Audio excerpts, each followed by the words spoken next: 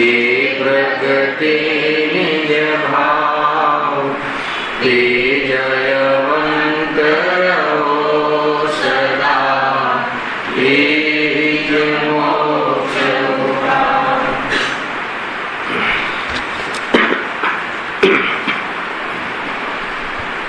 आज श्री मोक्ष मार्ग प्रकाशक ग्रंथ से बीजा अधिकार पर આપણે સ્વાધ્યાય કરી રહ્યા છીએ. પેજ નંબર 42 ત્યાંથી વિષય આપણે આગળ વધારીએ છીએ.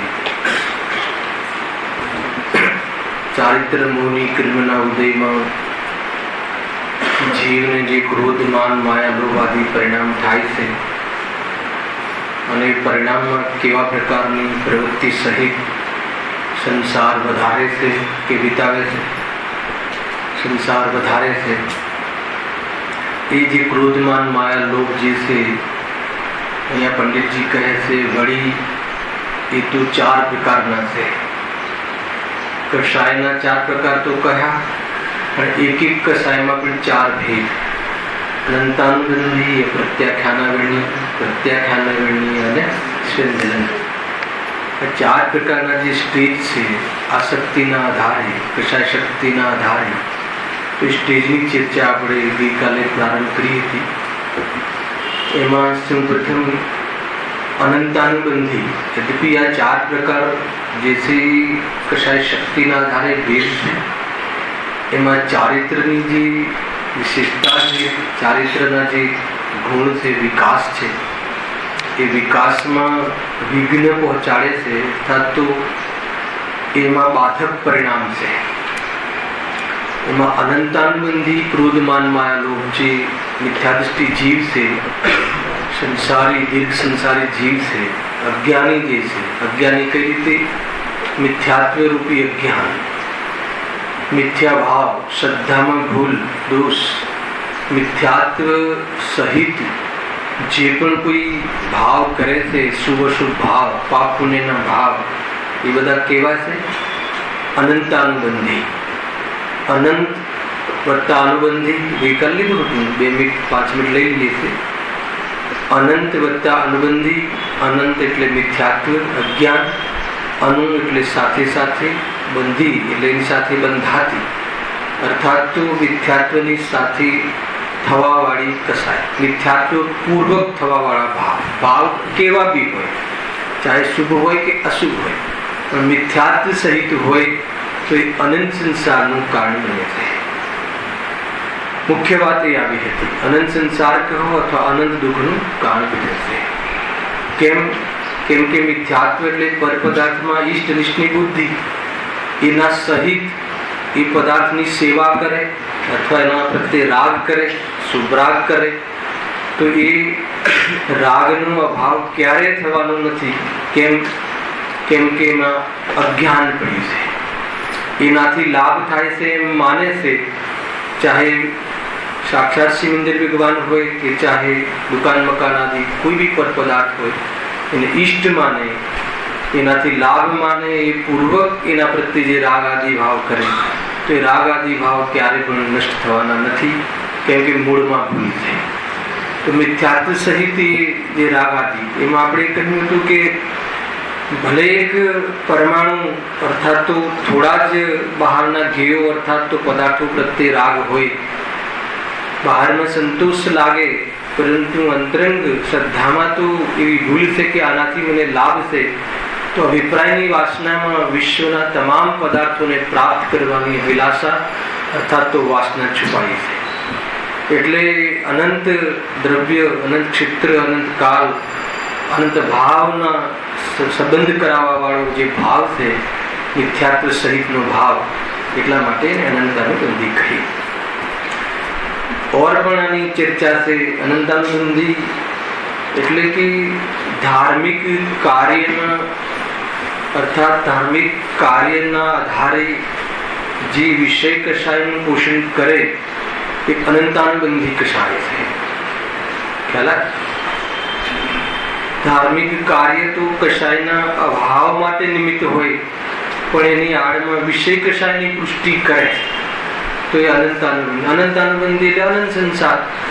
જે માર્ગ સંસારનો અભાવ કરવા માટે હોય એ માર્ગનો ઉપયોગ વિષય કશાયના પોષણ માટે કરે તો ક્યારે છૂટે? એક બે ભવે છૂટે? ક્યારેય ન છૂટે. એટલે એનો અનંત સંસાર રહે છે એમ કહીને. તો એ પ્રકારે અનંતાનુબંધી કશાયની વિશેષ ચર્ચા છે.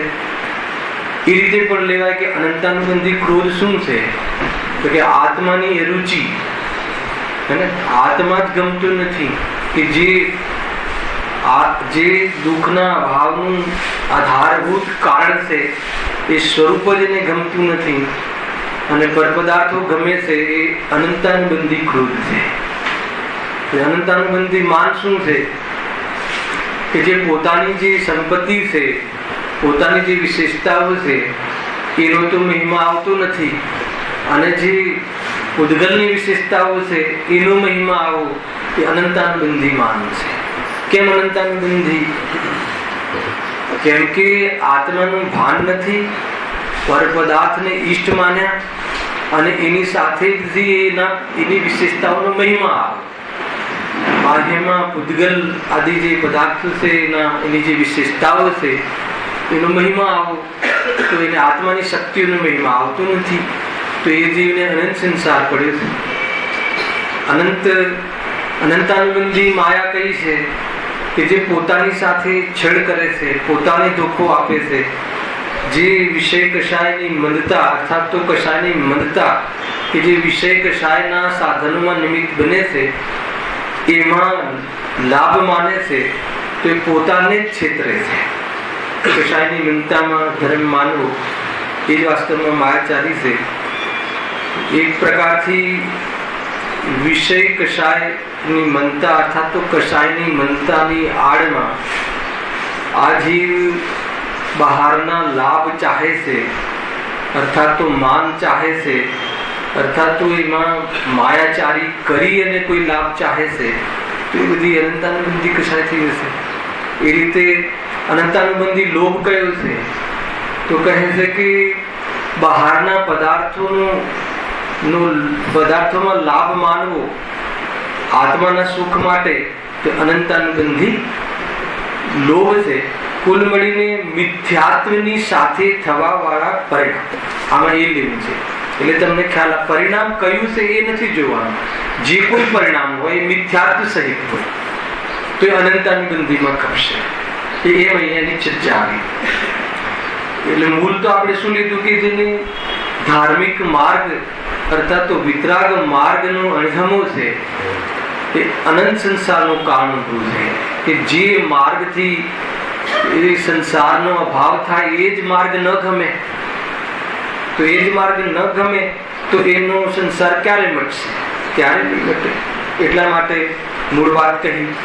અર્થાત આ રીતે પણ આપણે એની ચર્ચા કરી શકીએ કે જે ધાર્મિક આયતનો છે, ધર્મ માર્ગમાં નિમિત્ત બનવા વાળી જે અવસરો છે એમાં વિઘ્ન નાખે એ અનંતાનુબંધી ક્રોધ છે. સમજમાં આવે છે કે નહીં? પુત્ર આ માર્ગમાં જવાની ઈચ્છા કરતું હોય, પત્ની આ માર્ગને ચાહતી હોય, વિતરાગ માર્ગ જૈન ધાર્મિક, અને એમાં અંતરાય કરવો, એમાં વિઘ્ન ઉભા કરવા, ખ્યાલ એમાં રોકવું, એ બધું ક્રોધ છે. ખાના પર ક્રોધ છે, વિતરાગ માર્ગ પર ક્રોધ છે. તો કયો ક્રોધ થઈ ગયો? એ અનંતાનુબંધી ક્રોધ થઈ ગયો. ખ્યાલ? કેમ કે એ અન્ય માર્ગને ઉપાદેય માને છે, આ માર્ગને હે માને છે અને એને લઈને ક્રોધ કરે છે. તો એ ક્રોધ અનંતાનુબંધીમાં ખપશે. અનંત સંસાર એ રીતે છે. સ્વયંનો પુરુષાર્થ ન ઉઠે અલગ વાત છે, પણ કોઈ જીવ અર્થાત કોઈ સંસ્થાઓ આ માર્ગને પ્રોટેક્ટ કરતી હોય, આ માર્ગનો પ્રચાર પ્રસાર કરતી સંસ્થાઓ હોય, એ માર્ગમાં વિઘ્ન કરવા, મીટિંગોમાં આવીને શિબિરોમાં આડખીલી રૂપે થવું, એ બધા અણગમો છે, અરુચિ ભાવ છે. તો એને આત્મા ગમતો નથી, અને આત્માને પ્રગટ કરવાથી જ સંસારનો અભાવ થાય છે. એ રીતે થયું એમ છે. એ અનંતાનુબંધી ક્રોધ છે. ધાર્મિક કાર્યો અને એમાં એના દ્વારા સંસારનું પ્રયોજન સાધવાના એને માન અથવા સંસારમાં એને માનની ઈચ્છા રાખે. ધાર્મિક કાર્યોના ધાર્મિક કાર્ય શામાં નિમિત્ત બને? માન કશાયના ભાવમાં અને આજે ધાર્મિક કાર્યોના માધ્યમથી માન ચાહે છે, અનંત અનુબંધી માન ખ્યાલ કશાયની આડમાં હે ને, અર્થાત તો કશાયની મંદતામાં એ એક પ્રકારથી બાહ્યના કાર્યોની સિદ્ધિ ચાહે તો એ માયાચારી છે. કશાયની આડમાં જે કહ્યું અથવા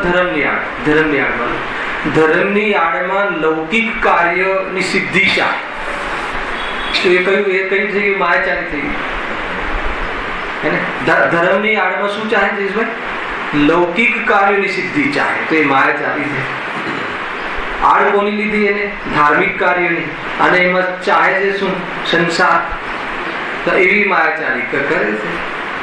એ રીતે છે ધાર્મિક કાર્યોથી અર્થાત તો ધર્મના નામે બહારમાં કોઈ બધા પદાર્થો અર્થાત તો એને બાહ્યમાં ધન આદિનો લાભ ચાહે છે. એ બધું લોભ આદિ, માયા આદિ કુલ મળીને જે માર્ગ, પ્રશસ્ત માર્ગ, જે વાસ્તવમાં શુદ્ધ માર્ગ, એ વિતરાગ માર્ગમાં થવા વાળી, નિમિત્ત બનવા વાળી ક્રિયાઓ, એ ક્રિયાઓ કરી અને બહારમાં સંસારમાં કોઈ ચાહના રાખે છે તો એ બધો મોટો દોષ છે એમ અહીંયા કહે છે.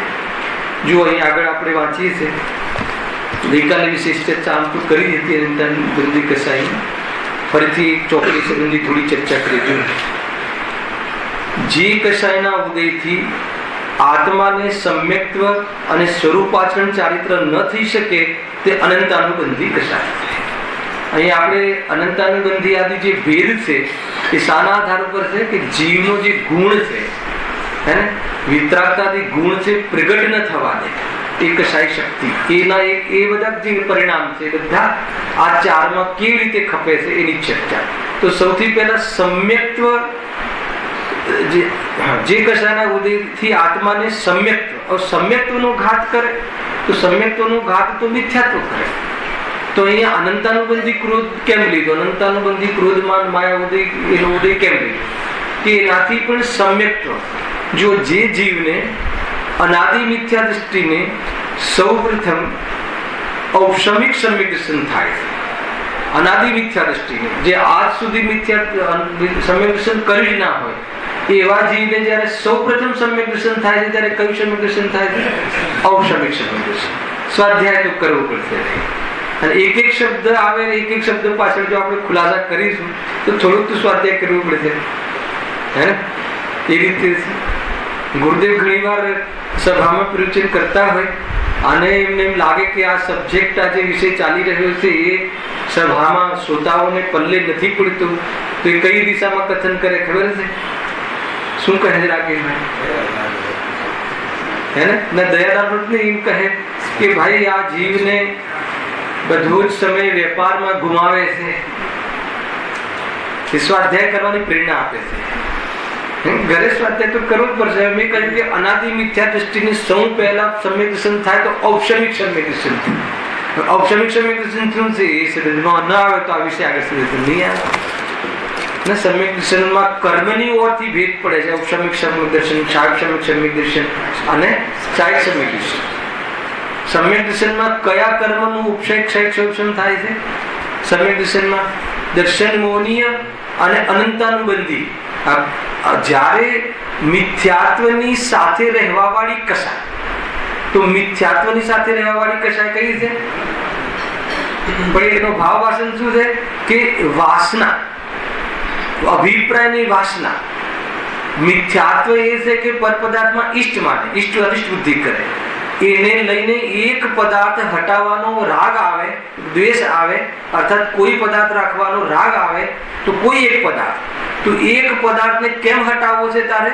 જો આ હટી જાય તો હું સુખી થઈ જાઉં. ખ્યાલ? જો પત્ની જ ન રહે તો હું વિતરાગી થઈ જાઉં, જો શરીર જ ન રહે તો હું સિદ્ધ થઈ જાઉં. એ વાત સત્ય છે કે સિદ્ધોને શરીર નથી હોતું, પણ શરીર દૂર કરીને સિદ્ધ નથી થવાતું. હાલ કે નહીં?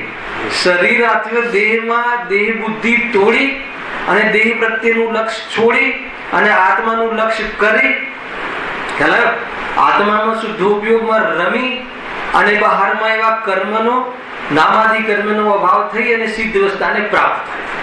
પણ કોઈ કહે કે શરીર નડે છે, આ પર પદાર્થ નડે છે કે પર પદાર્થ એક જ બુદ્ધિ નડે છે, ખ્યાલ? તો આ જીવે શું કહ્યું કે સિદ્ધ થવું છે, સિદ્ધ જ એકમાત્ર હિતકારી પર્યાય છે. તો અશરીરી સિદ્ધ ભગવાન, તો આ એને શરીર નડે છે એમ કાઢ્યું એમાં. એ શરીર નથી નડતું. શરીર હોવાના કાળમાં પરમાત્મા હે ને અનંત ચતુષ્ટયની પ્રાપ્તિ કરે છે, અનંત સુખની પ્રાપ્તિ કરી લે છે. એટલે શરીર તો ડાયરેક્ટ તો દુઃખનું કારણ છે જ નહીં. પરંતુ આ જીવને અજ્ઞાનતાના કારણે કે દેહ આદિ આ પર પદાર્થથી કોઈ બી પદાર્થ લૌકિકમાં લઈ લો, મોક્ષ માર્ગમાં નહીં લઈ લો, લૌકિકમાં કે જો આ વેપારી હે ને, આ વેપારીની દુકાન બંધ થઈ જાય, આ ફેક્ટરીમાં યુનિયન થઈને તાળા લાગી જાય તો શું થાય? મારી ફેક્ટરીમાં ઓર્ડર મળે અને મારું કામ થાય. તો એ શું થઈ ગયું? એ મિથ્યાત્વ. એને પર પદાર્થને અનિષ્ટ માન્યો, એ મિથ્યાત્વ. હવે એને લઈને એને દૂર કરવાના ભાવ, એ શું થઈ ગયું? ક્રોધ. તો મિથ્યાત્વ સહિત હવે એક દુકાન બંધ કરવાનો એનામાં અભિપ્રાય છે કે જેટલા બી પદાર્થો મને નડે, અર્થાત એક બી પદાર્થ ના રહેવા જોઈએ કે જેથી એક બી બીજી કોઈ સ્ટીલની ફેક્ટરી જ ના રહેવી જોઈએ, હે ને? તો એમાં એની અભિપ્રાય નિવાસનામાં પડી છે. તો એ જો જ્યાં જેને ખ્યાલ આવ્યો કે ભાઈ આ તો કર્મ આધીન છે, બહારમાં ઉદય જે આવું બહારમાં જે વ્યવસ્થા થવી એ તો, અને એમાં આત્માને કોઈ લાભ નથી, અને આત્મા તો જ્ઞાન સ્વભાવી છે. એ રાગ જે હતો પર પદાર્થમાં ઈષ્ટ માનવા વાળો જે ભાવ હતો એ તો મિથ્યા ભાવ છે. કોઈ પદાર્થ ઈષ્ટનિષ્ઠ છે નહીં, કે કોઈ પદાર્થમાં હસ્તક્ષેપ કરી શકતું નથી. એવી વસ્તુ વ્યવસ્થા, સુંદર વ્યવસ્થા છે એમ આગમના માધ્યમથી ખ્યાલ આવ્યો. સાંભળજો. અને જ્યાં એને પોતાના પર પદાર્થ સંબંધી લક્ષ પક્ષ છૂટી ગયું અને સ્વરૂપમાં સમાયો એટલે પર પદાર્થ સંબંધી લક્ષ જ ન રહ્યું, એવી જે એક મોમેન્ટ આવે છે એ સૌપ્રથમ ઔપસમિક સમ્યક દર્શન થયું. તો એ વખતે શું થયું? જે દર્શન મોહનીય કર્મ હતું એ દબ્યું, ઉપશમ થયું, ક્ષય નથી થયું હતું. સૌપ્રથમ જયારે મિથ્યા દ્રષ્ટિને, અનાદિ મિથ્યા દ્રષ્ટિને પહેલું સમ્યક દર્શન, પ્રથમ વાર જયારે એને સમ્યક પહેલી અનુભૂતિ જાગે ત્યારે નિયમથી ઔપસમિક સમ્યક દર્શન થાય છે. એનામાં એટલી પ્રથમ વારમાં તાકાત નથી હોતી કે ક્ષય કરી નાખે. અનાદિ મિથ્યા દ્રષ્ટિની વાત છે. તો અત્યારે પણ ક્યાં છે? સત્તામાં પડ્યું છે, ઉદયમાં નથી. અને ઉદયમાં ના હોય, સત્તામાં ગમે એટલા કર્મો પડ્યા હોય, પણ ઉદયમાં ના હોય એટલે એનું ફળ ના આવે. તો જે દર્શન મોહનીય કર્મની વાત છે આ, ને બીજા બધા કર્મ ઉદયમાં બંધ બધું છે. એ વખતે મોહનીય જે કર્મ છે એનું શું થઈ ગયું? ઉપશમ થઈ ગયું. અને એની સાથે મિથ્યાત્વ ઉપશમ થઈ ગયું, પોતાનો ભાવ નીકળી ગયો, એ ભાવ ન રહ્યો. અને એની સાથે અનંતાનુબંધી, જયારે પર પદાર્થ ઈષ્ટ અનિષ્ટ છે જ નહીં, તો આને હટાવો, અર્થાત બધા પદાર્થો હટી જાય એવી જે વાસના હતી, અભિપ્રાયની વાસના, એ શું થયું? નીકળી ગઈ. તો એ અનંતાનુબંધી ક્રોધમાન માયા લોક નીકળી ગયો કે કોઈ પદાર્થ મને રોકે છે મારા આત્મકલ્યાણમાં કે લૌકિક સુખમાં, એ વાત તદ્દન ખોટી છે. એ ભ્રાંતિ સાથે બધા પદાર્થોને હું હટાવી દઉં, એ ભાવ નીકળી ગયો. તો મિથ્યાત્વની સાથે શું જાય છે? અનંતાનુબંધી. ચારિત્ર મોહનીય કર્મના જે ભેદ છે, 4 પ્રકારની ચોકડી છે, એમાં મિથ્યાત્વ જે દિવસે જતું રહે એની સાથે પહેલી ચોકડી નાશ થાય છે. એટલે અભિપ્રાયમાં જે વાસના છે કે બધા પદાર્થોને હટાવું કે બધા પદાર્થોને મેળવું, એવી જાતિની વાસના નીકળી જાય. એટલો ખ્યાલ આવે. છતાં એને સંપૂર્ણ રાગ મટ્યો નથી. હજુ એને પોતાના જે કર્મ બાકી છે એના ઉદયમાં જે રાગનો ત્યાગ નથી. તો શાનો ત્યાગ થઈ ગયો? રાગ આદિમાં, પર આદિમાં ઈષ્ટ અનિષ્ટ બુદ્ધિનો ત્યાગ થઈ ગયો. અને એના કારણે જે વાસના હતી કે બધા પદાર્થો મને અનંત પદાર્થો મારા દુઃખનું કારણ છે, એવી વાસના મટી ગઈ. તો કેટલી નિરાંત થઈ ગઈ.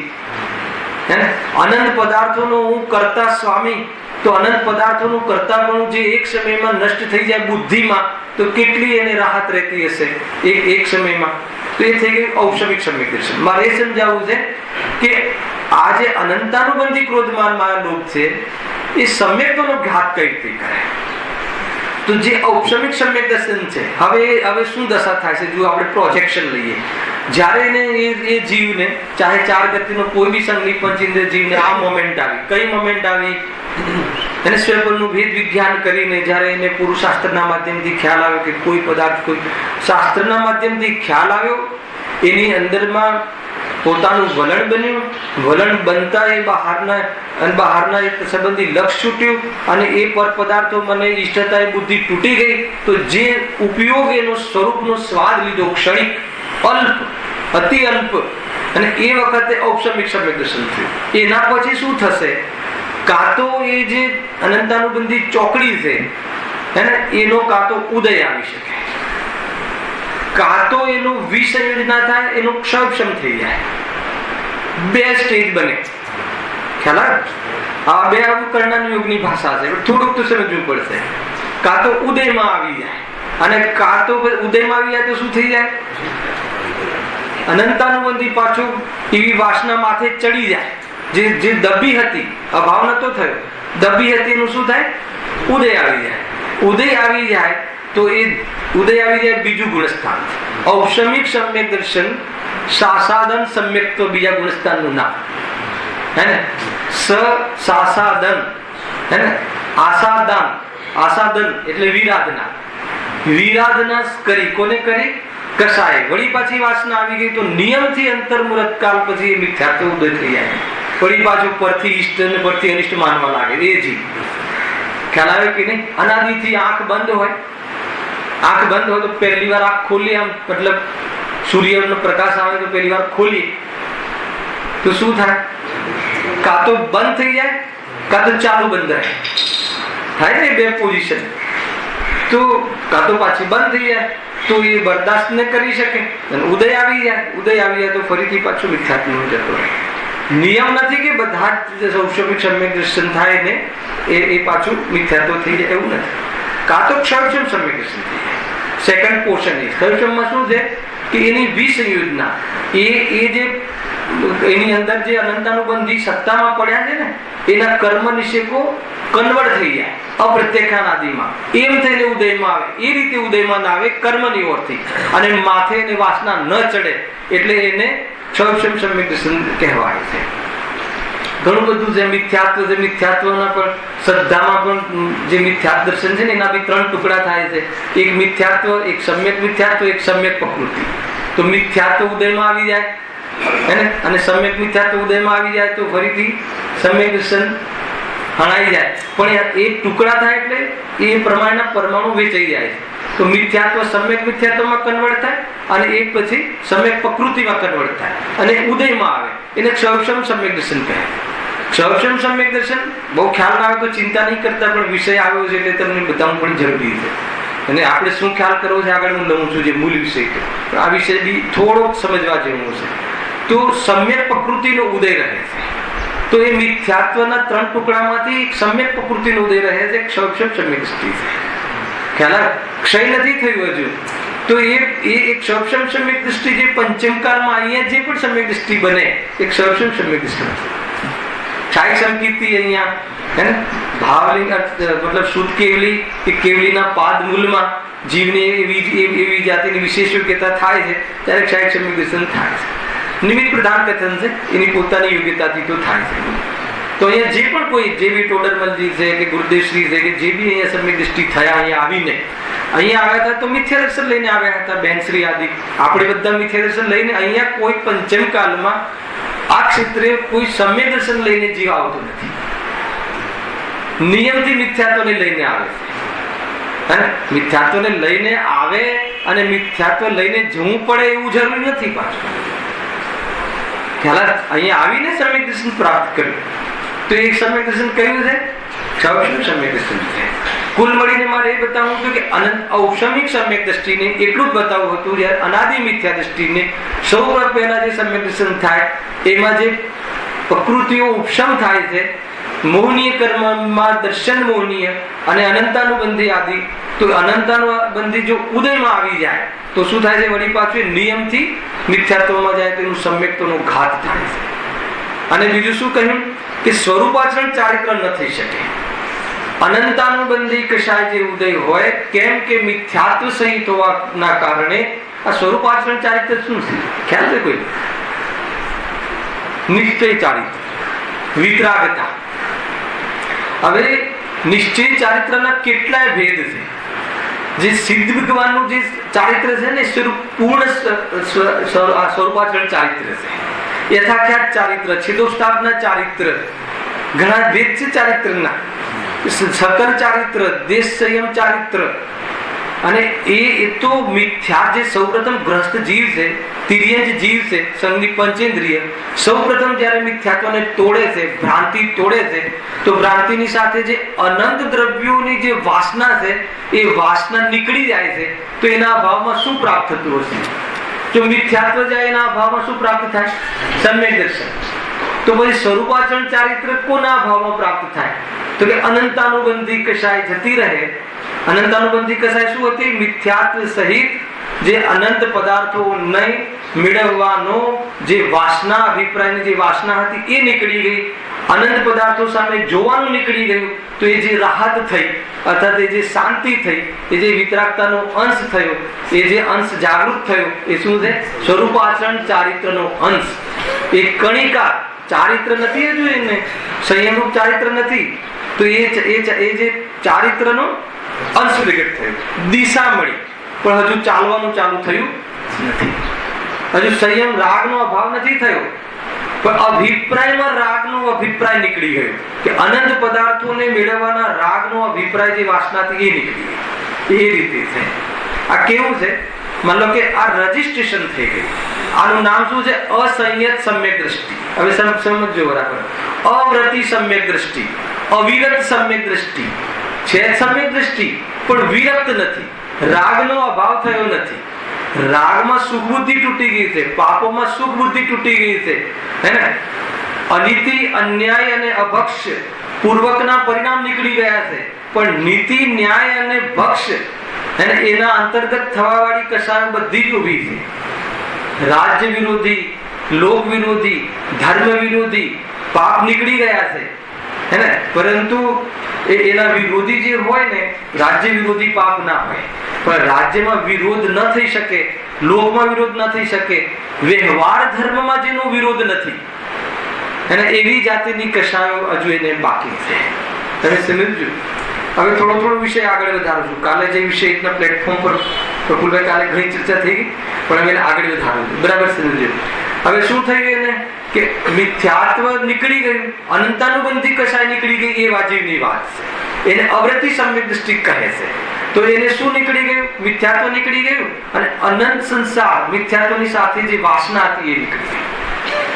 અભિપ્રાયની વાસના નીકળી ગઈ છે, ઈચ્છાનો અભાવ નથી થયો, જો રાગ મટ્યો નથી. એટલું ખ્યાલમાં રાખવું. તો એ જીવમાં શું પરિવર્તન થયું? પરિવર્તન શું થયું? એક તો પ્રતીતિ થઈ ગઈ, હે ને? આત્માની પ્રતીતિ થઈ ગઈ, દેહ હું છું એવી પ્રતીતિ નીકળી ગઈ. એક કામ એ થયું. બીજો અભિપ્રાયની વાસના નીકળી ગઈ. એમાં શું પરિણામોમાં શું અંતર પડ્યું? તો કે જે અનીતિ, અન્યાય અને અભક્ષ, એમાં બે પ્રકારના જીવ લઈએ. હજુ આપણે સ્ટેજ પાડીએ. એક જીવ તો એ છે કે અનીતિ, અન્યાય અને અભક્ષને ઉપાદેય માને. આવું તો હોય જ ને. અરે મતલબ કે સેલ ટેક્સ, ઇન્કમ ટેક્સ ની ચોરી કર્યા વગર તો કમાવાય જ નહીં, અસંભવ છે. અને એમાં શું ખોટું છે? ખ્યાલ આ કઈ કશાય થઈ? અનંતાનુબંધી, તીવ્ર અનંતાનુબંધી. સમજજો. તો એ તો એવો જીવ છે, એટલે તો મિથ્યા દ્રષ્ટિમાં બી ભેદ કરી રહ્યો છું. અને એવો મિથ્યા દ્રષ્ટિ છે કે અનીતિ, અન્યાય આદિ કરે છે, પણ એ મજબૂરી વશ કરે છે. મજબૂરી વશ એટલે કે અનીતિ, અન્યાય આદિ એને આચરણ તો છે, પરંતુ એમ માને છે કે અરે આ કરવા જેવું નથી. ખ્યાલ આવે? જે સમ્યક સન્મુખ મિથ્યા દ્રષ્ટિ છે, સ્ટેજ પર આપણે આગળ જઈ રહ્યા છે. જે સમ્યક દ્રષ્ટિ, જે સમ્યક સન્મુખ, કે જેને સમ્યક દર્શનની પાત્રતા જેને છે, અનીતિથી છૂટ્યો નથી, અન્યાયથી છૂટ્યો નથી, અને એની ભૂમિકામાં જે અભક્ષ હોય, અભક્ષમાં પછી લાસ્ટ લેવલનું નહીં લઈ લેવું. રાત્રિ ભોજન કરી લે, ખ્યાલ? મતલબ જે મર્યાદા વાળું ભોજન ન લે, હે ને? આટો આદિ જે મર્યાદા વાળું ન લે, એ બધું અભક્ષ છે. પણ એ ભોજન કદાચ કરતું હોય, પણ એને ખેદ હોય. ખ્યાલ આવે છે? એને ખેદ વર્તાય. અને એક એવો જીવ છે કે જેને ખેદ જ નથી. જેને ખેદ નથી એને એટલી તીવ્ર ઉપાધિ બુદ્ધિ છે, એને તો કે એમાં શું છે અને આખી દુનિયા ખાય છે અને આખી દુનિયામાં ચાલે છે, ઘેર ઘેર આ ચાલે છે, બધાના પ્રસંગોમાં પણ આ છે. એમ કરી અને શું કરે, એને પોતાની જે અનિતિ અન્યાયની જે પરિણતિ છે એને પુષ્ટ કરે. એ જીવ તો કહે છે કે આ ક્ષેત્રમાં આવવા માટે પાત્ર નથી. એ ભાવને લઈને, અને એ ભાવ મંદ થઈ જાય તો બરાબર છે. અને એક એવો જીવ છે કે અનિતિ અન્યાય અભક્ષ આદિ વિસ્તારથી, અર્થાત તો કોઈ છૂટ્યું નથી. અભ્યાસ હોય છે એનો, પણ એને છૂટ્યું નથી, પણ ખેદ રહે, નિરંતર ખેદ રહે. આ આપણને શોભા નથી, આ આપણા કામનું નથી, છોડવા લાયક છે, કઈ રીતે છોડવું, મને કેમ આટલો રાગ રહે છે, મને કેમ આવા ભાવ આવે છે, એવી જાતિની પરિણતિ. એ કયું થઈ ગયું? સમ્યક સન્મુખ. અને એક એવો જીવ છે કે જે સમ્યક દર્શન થઈ ગયું અને અનિતિ અન્યાય અને અભક્ષ વાળા ભાવ ના રહ્યા, પણ નીતિ ન્યાય અને ભક્ષ,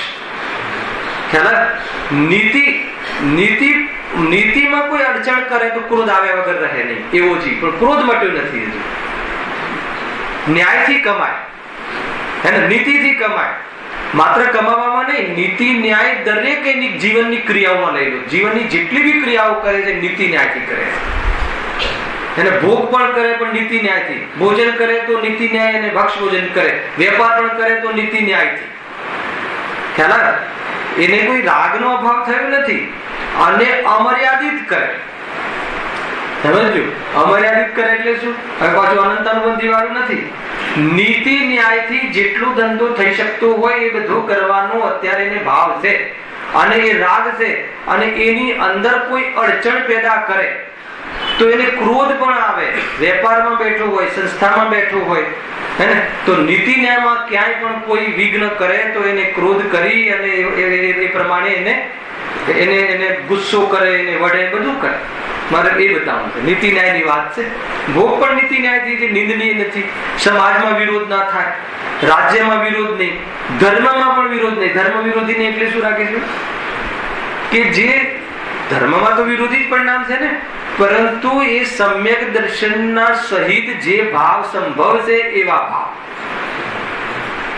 ભાવ એક એના ભાવ જોવા મળે. આ વાત ઘણી ઉતરવી જોઈએ. એનો અર્થ એ થઈ ગયો કે હજુ એને રાગનો અભાવ જરા પણ થયો નથી. એને બિંદુ માત્ર પણ રાગ નતો. કઈશું અભાવ થઈ ગયો ચારિત્રમાં? રાગની બુદ્ધિ, એ તો મિથ્યાત્વનો અભાવ થઈ ગયો. પણ વાસના, મર્યાદા આવી ગઈ. કયા આધાર પર મર્યાદા આવી? નીતિ ન્યાયના આધાર ઉપર મર્યાદા આવી. પણ નીતિ ન્યાયના આધાર ઉપર મર્યાદા આવી એટલે અનીતિ આદિની નીકળી ગઈ. પરંતુ નીતિમાં આગળ એવું નથી કે બીજી ઓફિસ નહીં વધારે, એવું બધું નથી. ગજબ છે. આ વાત ઘણી ઉતરવી જોઈએ. રાગ તો પણ નીતિ ન્યાયથી કમાશે. કેવી? હજુ કોઈ માપ નથી કે બસ હું 5 લાખ જ કમાઈશ કે 10 લાખ જ કમાઈશ, એવું કોઈ નથી. પણ અભ્યાસ કરે છે, મર્યાદાનો અભ્યાસ કરે છે. કેમ કે હવે એને રાગ મટાવો. આ એક પોઝિશન આવે છે. આ પોઝિશન એ રીતે સમ્યક દ્રષ્ટિ જીવને માત્ર દિશા બદલાવી છે, પણ હજુ પ્રવર્તન નથી. સંયમ રૂપ જીવન નથી. અસંયમી છે. અનર્ગલ જીવન નથી, પણ સંયમી પણ નથી. અનર્ગલ ને અસંયમમાં ખ્યાલ આવે છે? અનર્ગલે અનિતિ આદિ આવી જશે. કોઈ ઠેકાણા નહીં, ભોગમાં ઠેકાણા નહીં, ખાવામાં ઠેકાણા નહીં, કમાવામાં ઠેકાણા નહીં, પાપના પણ ઠેકાણા નહીં. ગુરુદેવ તો કહે છે પુણ્યના પણ ઠેકાણા નહીં, એ કહે છે પાપના પણ ઠેકાણા નહીં. નિંદા થાય એવા પાપ કરે, એવી જાતિના પાપ મિથ્યા દ્રષ્ટિને, સમ્યક દ્રષ્ટિને નથી હોતા. ખ્યાલ? મિથ્યા દ્રષ્ટિને હોય છે, પણ એ ખુશી કરે છે. એક તો એવો મિથ્યા દ્રષ્ટિ, સમજો 2-3 વાર આ ચર્ચા કરું છું. અને એક એવો મિથ્યા દ્રષ્ટિ કે ખેદ છે. અને સમ્યક દ્રષ્ટિને હોય જ નહીં. અનિતિ અન્યાય ભક્ષના પરિણામ ને હોય. નીતિ ન્યાયની અંદર ક્રોધમાન માયા લોભ હોય. પોતાના મતલબ કે પોતાના ધનની, પોતાના વેપારની, પોતાના ધર્મની એના રક્ષા કરવા માટે ક્રોધ પણ આવે. એની રક્ષા માટે માયાચારી પણ કરે. તમે સમજો, માયાચારી પણ કરે એટલે જે માન લો કે રાજા હોય તો અછતી પર્યાય એનો જે વેશ નથી એવો વેશ ધારણ કરે. એવો વેશ ધારણ કરી અને માયાચારીથી પણ પોતાના રાજ્યની રક્ષા કરવા માટે અનેક પ્રકારના ભિખારી બનીને પણ જાય. પોતાના બાળકોની રક્ષા કરવા માટે કદાચિત જૂઠું પણ બોલે, માયાચારી પણ કરે. કોઈ ગુંડો ઘરમાં આવ્યો હોય તો એમ પણ કહે કે આ મારા બાળક નથી, કે જે પણ એ તો બહાર ગયા છે, કઈ પણ માયાચારી કરે. કહેવાનો અર્થ એ તો તમે એમ કહેશો કે ભાઈ બીજાને ઠગે નહીં, માયાચારીમાં કોઈને ઠગે નહીં, પણ પોતાનું કોઈ નુકસાન થતું હોય એને બચાવવા માટે માયાચારી કરે. સમજમાં આવે ને અંતર? કોઈને છેતરે નહીં, પણ પોતાને નુકસાન થતું હોય તો ત્યાં માયાચારીના ભાવ કરે. આ છે મિથ્યા સમ્યક દ્રષ્ટિના પરિણામ. મતલબ ન્યાયથી કમાવા માટેનો લોભ પણ હજુ બાકી છે કે હજુ આ મકાન ખરીદવું, આ મકાન ખરીદી લઉં, પણ ન્યાયથી હજુ એને એટલો લોભ રહે છે. કાંઈ અંતર પડ્યું નથી, પણ માટે એટલું અંતર પડ્યું છે કે વાસના નીકળી ગઈ છે અને નીતિ ન્યાયથી એને કશાય બાબતે એને ઉપલબ્ધ થાય છે. ભાવદીપિકામાં તો ઓર વિસ્તારથી છે, તમે વાંચજો. તો એને કેવી પ્રકારના ભાવ રહે છે એની ચર્ચા છે. એનો અર્થ એ થઈ ગયો કે અસંયમી છે, અવ્રતી છે, વિરક્ત થયો નથી. વિરક્ત થવાનો અભ્યાસ કરે છે પણ વ્રતરૂપ વિરક્ત નથી. નિયમો કરે છે પણ વ્રત નથી. ખ્યાલ આવે? નિયમ ને વ્રતમાં ખ્યાલ આવે? નિયમ ટેમ્પરરી હોય અને નિયમ જીવન પર્યંત હોય અને વ્રતમાં કશાયનો અભાવપૂર્વક હોય. નિયમ નિયમ યમ નિયમ સંજમ આપત્યો, ત્રણ શબ્દ ખ્યાલ આવે છે? નિયમ, યમ, સંયમ. ત્રણમાં ખ્યાલ. નિયમ એટલે કે ભાઈ આજના દિવસ પૂરતું, હવે આજે નહીં જમવું, આજે નહીં જમવું. નિયમમાં એને અતિચાર પણ લાગી શકે છે સમ્યક દ્રષ્ટિ જીવને, કેમ કે એની કસાય નથી મટી.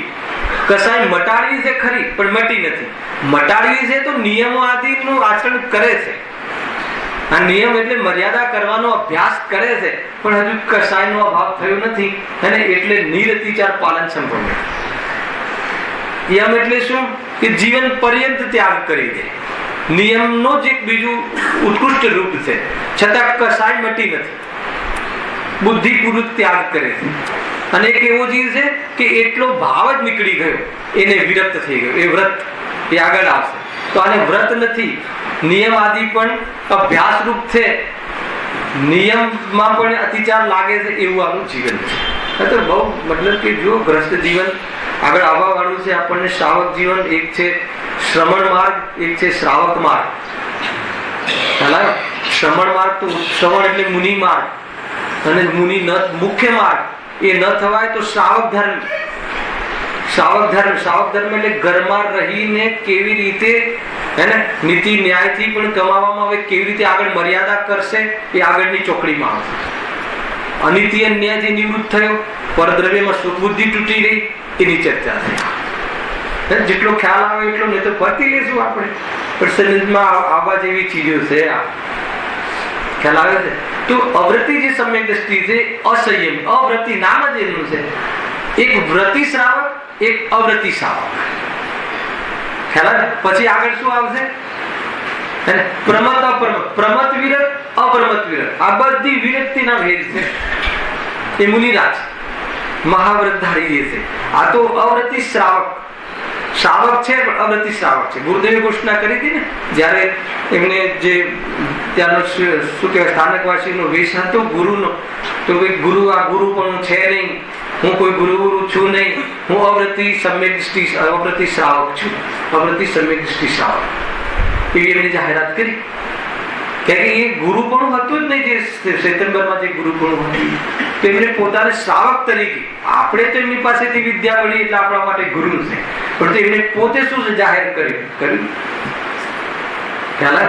પછી શ્રાવક પણ આવે, પછી વ્રતી શ્રાવક પણ આવે, પછી મહાવ્રતી મુનિ પણ આવે, અને પછી એમ આગળ બધા આગળ આવશે. 4 ચોકડીમાં એના અંતર્ગત આપણે લઈશું. તો એ અવ્રત પણ, યદ્યપી એમનું જીવન તો વાસ્તવમાં એવું જરૂરી નથી કે ભાઈ અવ્રતી સમ્યક દ્રષ્ટિ એટલે બધું ગમે તેવું પાલન, એમ નથી. પરંતુ અંદરમાં એવી જાતિની કશાયનો અભાવ નથી થયો. તમને એક ઉદાહરણ આપું, બહુ પ્રમાણ છે આપણી પાસે શાસ્ત્રમાં. માની લો કે અવ્રતી સમ્યક દ્રષ્ટિ દેવગતિના જીવો, સાંભળજો બરાબર, સર્વાત સિદ્ધિના દેવો, એક ભવ મોક્ષ અવતારી, બીજા ભવે મોક્ષ જવાવાળા નિયમથી, તો ત્યાં કયું ગુણસ્થાન છે એમને? 4. અવ્રતી સમ્યક દ્રષ્ટિ છે. આજે લગ્ન કરેલા છે ત્યાં તો ઇન્દ્રાણી હોતી જ નથી સર્વાત સિદ્ધિમાં. જેમ જેમ ઉપર જાય એમ સર્વાત સિદ્ધિમાં ઇન્દ્રાણી નથી હોતી. એટલું નહીં, સાંભળજો, સર્વાત સિદ્ધિના દેવોને તે 30 સાગર ઉત્કૃષ્ટ આયુષ્યની અંતર્ગત પણ એક વાર પણ ભોગનો વિકલ્પ નથી આવતો. એવો એક પણ સમય નથી કે આત્માની ચર્ચા ના કરે અને આત્માની ચર્ચા રિપીટ ન થાય એવી આત્માની ચર્ચા કરે, છતાં પણ એ અસંયમી સમ્યક સ્થિતિ સમજ આવે મારે શું કેવું થાય. ચંદ્રકાંત પત્ની નથી સંયોગમાં, કોઈ 5 ઇંચના વિષયોમાં એવી રક્ત દેખાતા નથી, છતાં કેમ કે એને એક ચોકડી કશાયનો અભાવ છે. હવે અભિપ્રાયની વાસનામાં તો નીકળી ગયું છે ખ્યાલ, પરંતુ હજુ એ જાતિની વિતરાગતા પ્રગટ નથી થઈ. એવું જરૂરી નથી કે વિતરાગતા ના હોય તો બસ પ્રવૃત્તિમાં જ દેખાય, એવું જરૂરી નથી. આપણે 5 પાપનો અભાવ નથી થયો તો પ્રવૃત્તિમાં જ દેખાય એવું નથી. 5 પાપ અત્યારે છે મંદપણે ઉદયમાં અને પરિણામમાં, તો એ રીતનું આ જીવન છે. તો શું થયું આખિરકાર એના જીવનમાં નવીનતા શું થઈ? ભાવ મોટું કામ થઈ ગયું અને રજીસ્ટ્રેશન થઈ ગયું, દિશા બદલાઈ ગઈ. ખ્યાલ અમારી લો કે એક છોકરો છે, કોઈ સ્ટુડન્ટ છે, એ સ્ટુડન્ટે મેડિકલમાં એડમિશન લીધું, બરાબર છે. મેડિકલમાં એડમિશન લીધું એટલે મેડિકલ લાઈન, ડોક્ટરની લાઈન એને ઉપાધિ લાગી કે નહીં આના સિવાય મારો ઉદ્ધાર ક્યાંય નથી, આમાં મને સુખની પ્રાપ્તિ થશે. જે પણ એ માનતો હતો અને એમાં એને એડમિશન મળી ગયું, બરાબર. એડમિશન મળી ગયું ને ઘરે આવ્યો રાકેશભાઈ છોકરો, બરાબર. હવે ઘરે આવ્યો અને પછી કે મને ડોક્ટરમાં એડમિશન મળી ગયું છે, હવે હું ડોક્ટર થવાનો છું. અને આજુબાજુ વાળા બધાને ડોક્ટર પણ કહેવા લાગ્યા. હવે તમે બીમાર પડ્યા, હવે તમે એને કોઈ ઓપરેશન કરજે મારું, તો કરી શકશે? તો ડોક્ટર કહીએ છીએ ને, ખ્યાલ આવે કે નહીં? ડોક્ટરનું રજીસ્ટ્રેશન થઈ ગયું છે, પણ ડોક્ટર બનવાનો હજુ એક પણ ક્લાસ બી નથી ભર્યો. ખ્યાલ આવે કે નહીં? અને ડોક્ટર બની ગયો છે અને એની સાથે સાથે જેટલી બી બીજી લાઈનો હતી એનો વિકલ્પ મટી ગયો છે. ખ્યાલ આવે? તો એટલો વિકલ્પ મટી ગયો છે તો એને પોતાની લાઈનનો પુરુષાર્થ ઉઠ્યો છે. હવે પુરુષાર્થ કમજોર છે અત્યારે, એ પુરુષાર્થ ઉઠશે એટલે હવે ડે બાય સ્ટેજ બાય એને first year, second year, third year, 4 year એ બધું સેમ વસ્તુ આમાં મોક્ષ માર્ગમાં આ રીતે છે. બહુ મોટું એને કેટલો મોટો લાભ થઈ ગયો. અહીંયા ફેકલ્ટી, આ ફેકલ્ટી બધી ફેકલ્ટીથી નિવૃત્ત થઈ ગયું કે ઉપાધિ હતી એ ફેકલ્ટી મળી ગઈ. એમ સમ્યક દૃષ્ટિ જીવને મોક્ષ માર્ગનો દેહ આદિ પર સુખ બુદ્ધિ તૂટી ગઈ. ખ્યાલ આવે છે એટલું? તો એને લઈને હવે પાપ અભાવ થવાનો કાર્યક્રમ ચાલુ થઈ જશે, પણ હજુ ચાલુ થયો નથી, હજુ હશે એવી. હવે નક્કી છે કે થશે. અરે એટલો મોટો લાભ થાય છે કે એ જે પાપ તાજા રહે, બહારના પરિણામ કસાય તાજી રહે, એનું જે મૂળ હતું એ મૂળ નીકળી ગયું. હવે તાજી નહીં રહે. કયું મૂળ હતું? મિથ્યાત્વ. શું હતું મિથ્યાત્વ? લોભ આદિ, ક્રોધ આદિ, માન આદિ, માયા આદિનું મૂળ શું હતું? કે એ પદાર્થથી મને લાભ થાય છે, હટી જાય તો મને લાભ થાય, એ પૂર્વક ક્રોધ આવતો હતો. હવે એ તો નીકળી ગયું તો પછી ક્રોધ કેમ છે? તો કે હજુ નીતિ ન્યાયથી કમાવાના ભાવ આદિ છે, એમાં કોઈ અડચણ આદિ કરતો દેખાય તો ક્રોધ આદિ. પોતાની પત્ની જે મતલબ ચરણામ યોગના આધારે જેટલો રાગ રહે છે, સ્વપત્ની ભોગ પરિણામ, એના પોતાના બાળકો આજીવિકાના ભાવ, નીતિ ન્યાયથી જે લોક વિરુદ્ધ નથી એવા પરિણામો રહે છે. અનાદિકાળથી કસાયના સંસ્કાર હોવાના કારણે હવે એ આધાર વગરના કસાય છે, મૂળ વગરની કસાય છે, એની પુષ્ટિ ન થાય એવી કસાયો છે. પણ એ જેટલી કસાયો છે એટલી પ્રવૃત્તિ જ્યાં સુધી અભાવ ન થાય ત્યાં સુધી દેખાય વગર રહેતી નથી. તો કેવી રીતે દેખાય છે? તો કે નીતિ ન્યાયથી કમાવા વાળા ભાવ એની જીવન, એની અંદર કોઈ આડખીલી રૂપે એને બહારમાં એવી પ્રતિકૂળતા વાસિત થાય તો ક્રોધિત થઈ જાય છે, હે ને? એને પ્રમાણેની પ્રવૃત્તિ પણ કરે છે એને બચાવવા, છતાં પણ એને ખબર છે કે આના કારણે કાર્ય થતું નથી, પણ રાગનો જે સંસ્કાર છે એ સંસ્કાર ત્યાં પણ દેખાય છે. ખ્યાલ આવ્યો કે નહીં? હજુ આ ભૂમિકા છે, હજુ આની ચર્ચા આપણે આગળ વિસ્તારથી પણ કરવા વાળા છે. અનેક રીતે હું એનું તમને પ્રેઝન્ટેશન કરી રહ્યો છું. એમાંથી જે સ્ટ્રોક લાગે એ સાચો, જે સ્ટ્રોક લાગે એટલે જે સ્ટ્રોક થી ખબર પડે એ રીતે. બીજી રીતે આપણને સમજમાં લેવા જેવું, વિચાર તો કરવો પડશે, સ્વાધ્યાય તો કરવું પડશે. બહુ સારો વિષય ખુલવા વાળો છે એટલે બહુ એકાગ્રતાથી સાંભળજો, રેગ્યુલર થઈને સાંભળજો. એક ક્લાસમાં ના આવે તો બીજા ક્લાસમાં થોડી અગવડ તો પડે છે.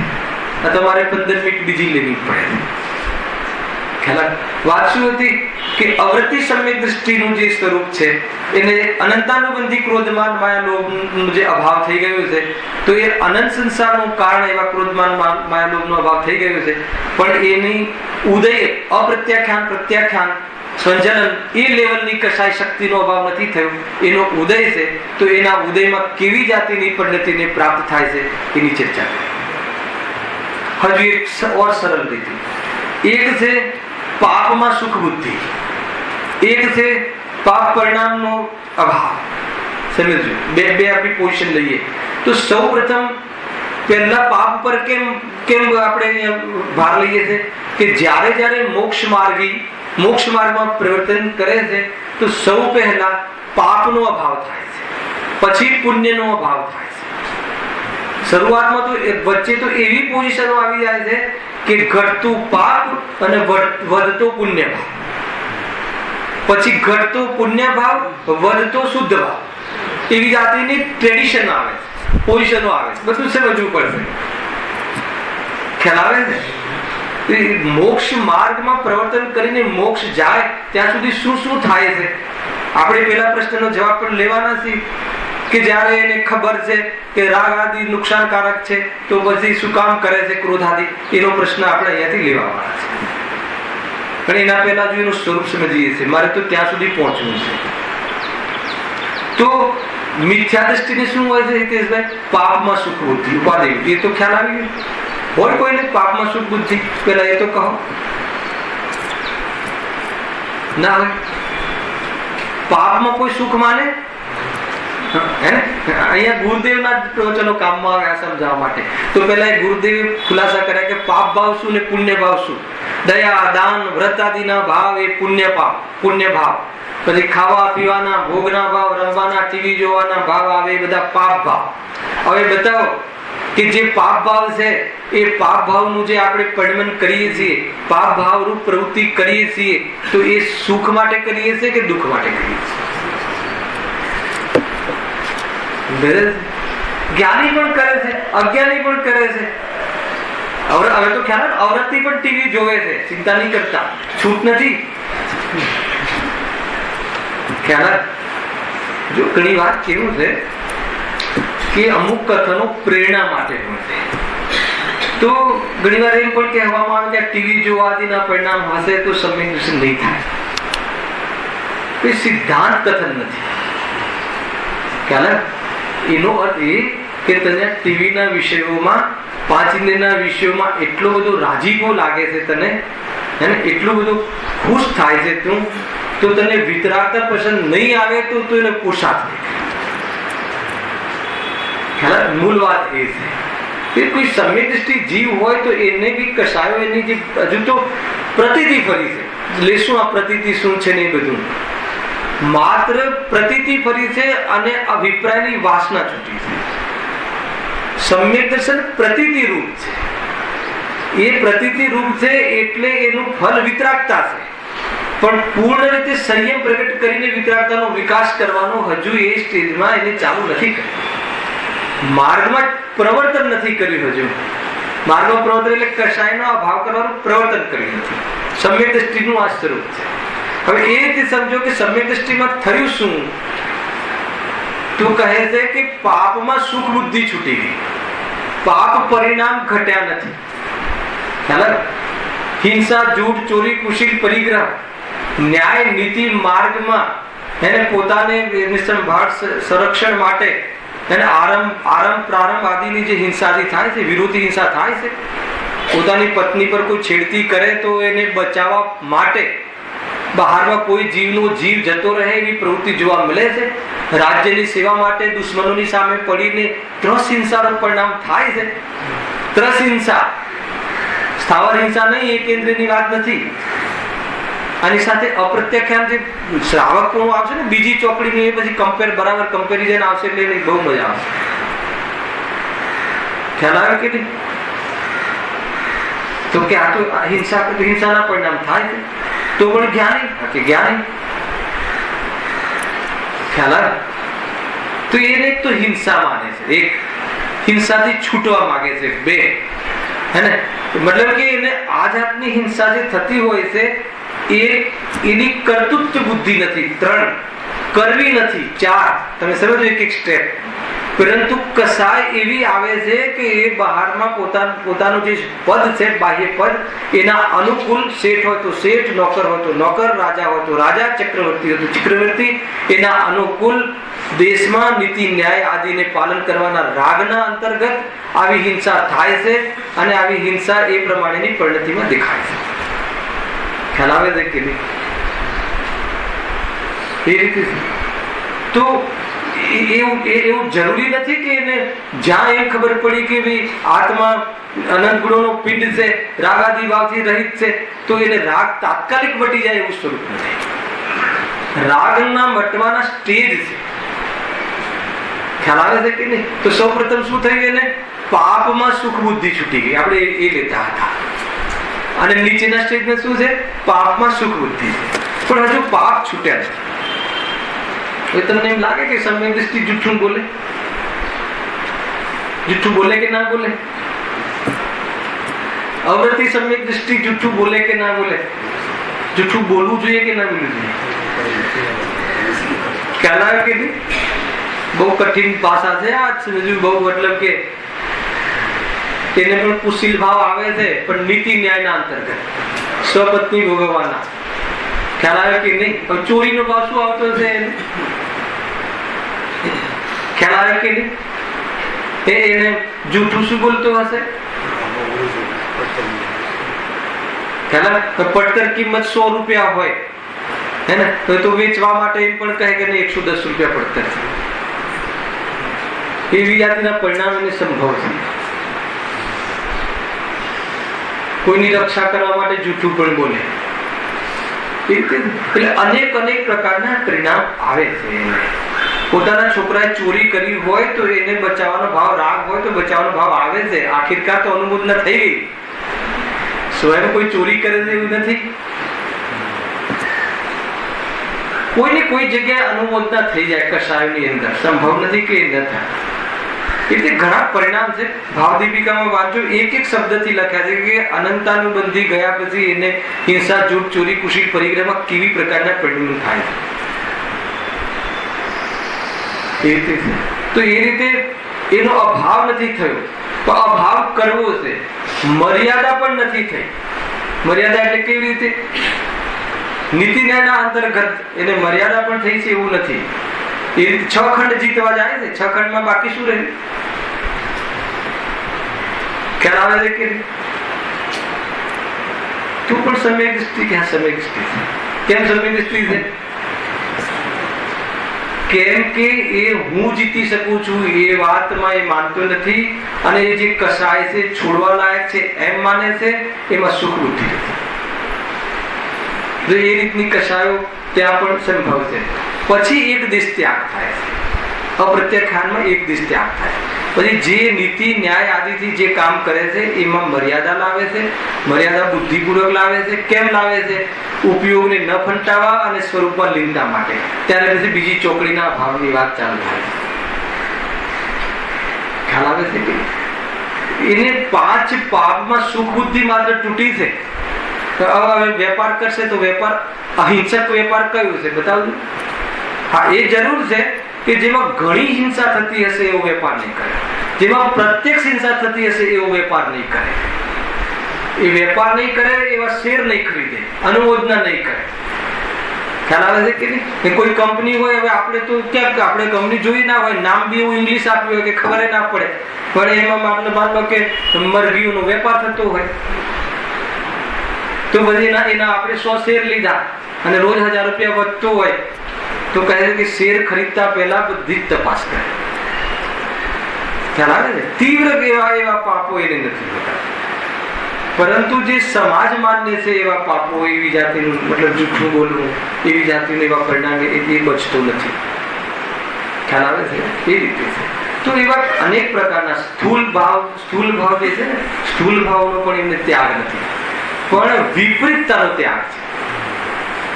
ખ્યાલ, જેને અનર્ગલનો ત્યાગ છે.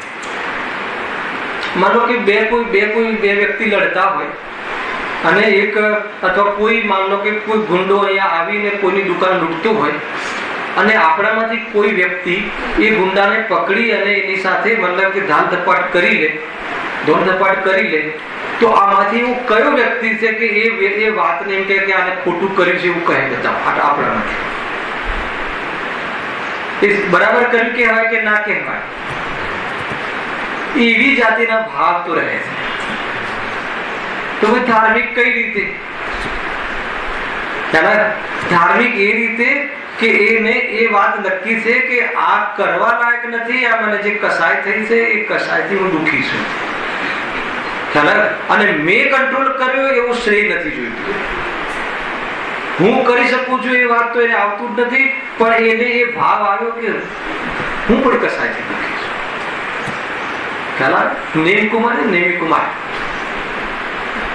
નેમિનાથ ભગવાન જયારે કુમાર અવસ્થા, રાજકુમાર હતા ત્યારે, અને એ જન્મથી જ આમ એકદમ મતલબ કે એક શાંત જીવ, અને કેમ કે એની પ્રકૃતિ એવી હતી, તીર્થંકર થવા વાળા જીવ હતા, એ જ ભવ્ય દશા કરીને મોક્ષ થવા વાળા જીવ હતા.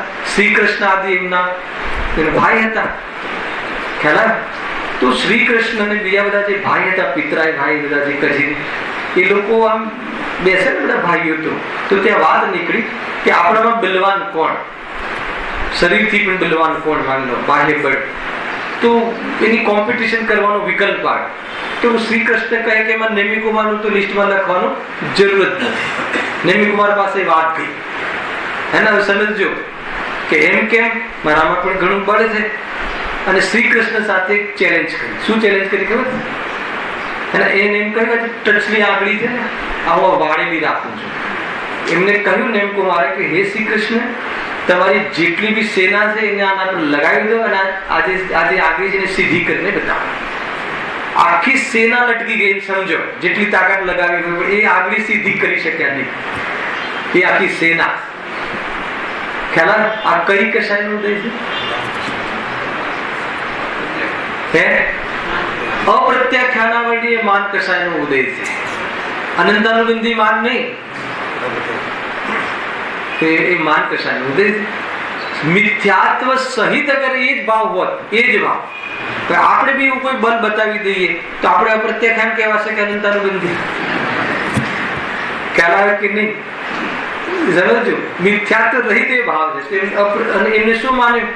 અરે મને તો અપ્રત્યાખ્યાનાવર્ણીય માન કશાયનો ઉદય છે. અરે આ માન આવી ગયું, આ તો આત્માનો સ્વભાવ નથી, અંદરમાં એ જાગૃતિ રહે. અને મિથ્યાત્વ સહિત હોય એને શું થાય? એને શું ભાવાસન થાય? જોયું તમે શું કે આંગળી સીધી કરી શકતા નથી.